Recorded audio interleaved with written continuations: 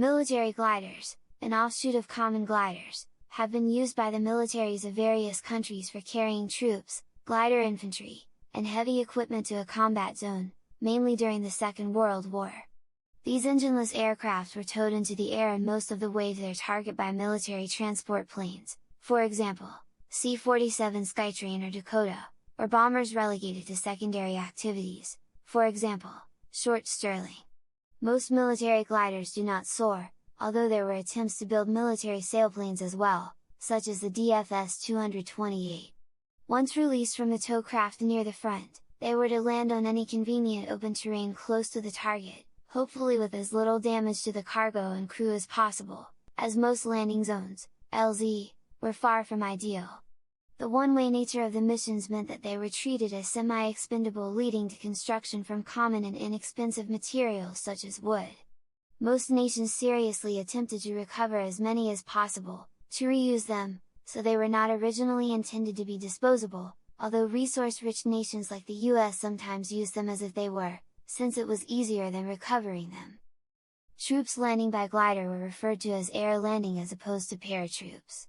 Landing by parachute caused the troops to be spread over a large drop zone and separated from other air-dropped equipment, such as vehicles and anti-tank guns.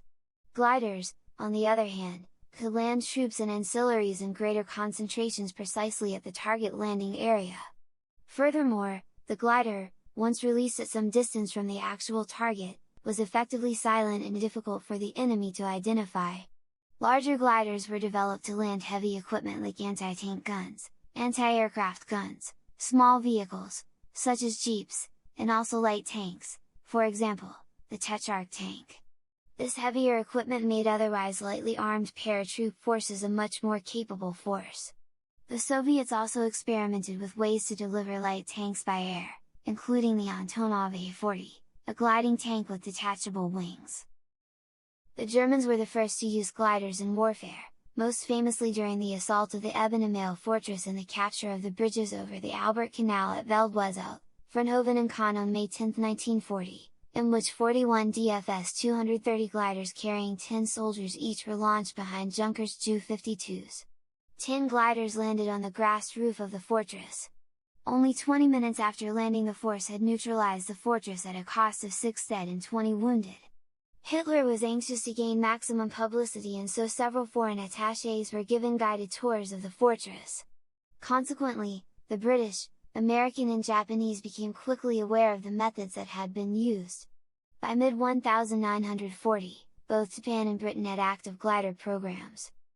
Development then began of even larger gliders such as the Gothego 242, 23 Trooper, and Messerschmitt Me 321, 130 Trooper, to transport heavy armaments in anticipation of Operation Sea Lion and Operation Barbarossa. Gliders were also used by Germany and Greece in 1941.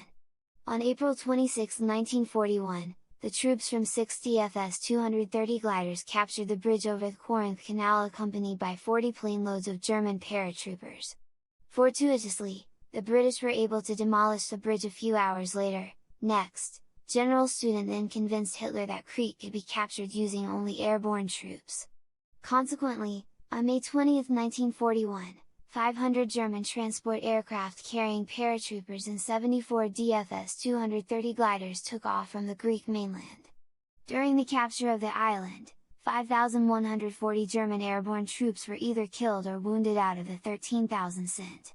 Among the 350 German planes destroyed in the operation, half had been Ju-52s, which seriously depleted the force needed for the invasion of the Soviet Union shortly after. As a result, Hitler vowed never to use his airborne force in such large numbers again. Some German glider operations continued later in the war, some examples being the rescue operation of Benito Mussolini at Gran Sasso and emergency resupply operations in Russia, North Africa and Eastern Europe towards the end of the war. The Junkers Ju-322 Mammoth, was the largest such glider ever built, but it was never used operationally. Not all military gliders were planned for transport. The Blohmen Voss BV-40 was a German glider fighter designed to attack Allied bomber formations but was not used.